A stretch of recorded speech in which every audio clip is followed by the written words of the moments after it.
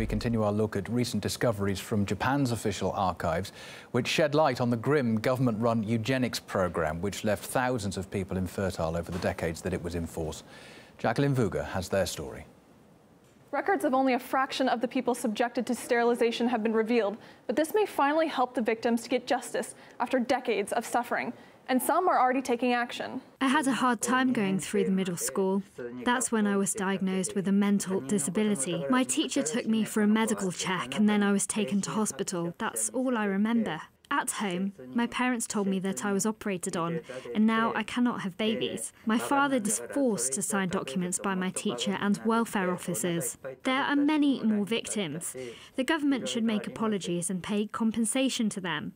It's believed there are up to 25,000 victims, all under the eugenics protection law, in force for almost 40 years as late as the mid-90s. The procedures were in order to, quote, preserve the purity of the Japanese race. People with mental disabilities or hereditary diseases were targeted, but misdiagnosis of such conditions was common, causing even more unnecessary suffering. We managed to speak to the relative of one such victim. When I got married, my mother-in-law told me that my sister has been sterilized.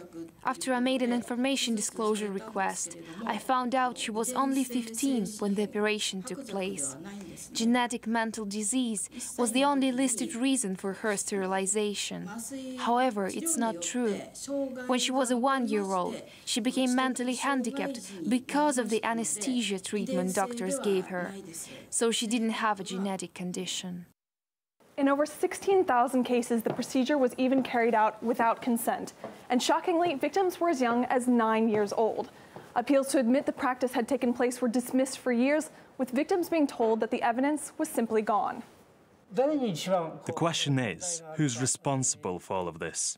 To me, it's the government's fault. They executed the program, as well as the national legislature, which adopted the law. They need to take responsibility and make apologies as soon as possible. The doctors were also responsible, but in a way they were used by the government.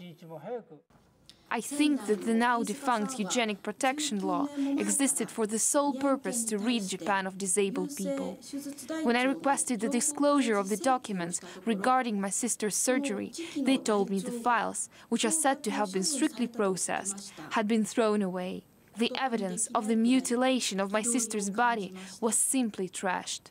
In the case of another victim, Miss Suzuka, the documents were thrown into the fire. When I heard about it, I was beside myself with anger.